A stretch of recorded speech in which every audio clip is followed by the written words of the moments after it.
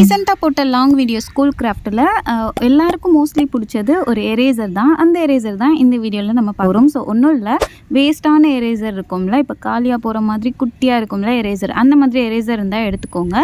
First வந்துட்டு பார்த்தீங்கன்னா tip box வந்து எடுத்திருக்கேன். அதை வந்துட்டு கொஞ்சமாக நான் கட் பண்ணிக்கிறேன். ஒரு சைடு வந்து மூடி இருக்கும், இன்னொரு சைடு லாக்கில் இருக்கும்ல. இப்போ இந்த மாதிரி கட் பண்ணோன்னா ரெண்டு சைடுமே கேப் இருக்கும்.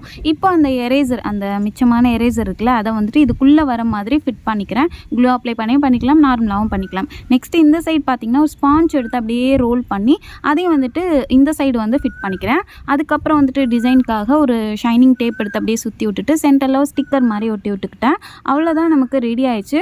இந்த எரேசர் பார்த்தீங்கன்னா நம்ம ட்ராயிங் பண்ணுறோம் அப்படின்னா குட்டியாக எரேஸ் பண்ணுறதுக்கு நல்லாயிருக்கும். ஸோ பின்னாடி வந்துட்டு டஸ்ட்டு, அந்த எரேசர் டஸ்ட்டை வந்து கிளியர் பண்ணிடும். மட்டும் இல்லை, இந்த மாதிரி ஒரு 8 ஸ்கூல் கிராஃப்ட் வீடியோ ரீசெண்டாக லாங் வீடியோவில் போட்டிருக்கேன். கீழே வந்து லிங்க் டேக் பண்ணியிருக்கேன், வேணுன்னா செக் பண்ணி பாருங்கள் வீடியோ.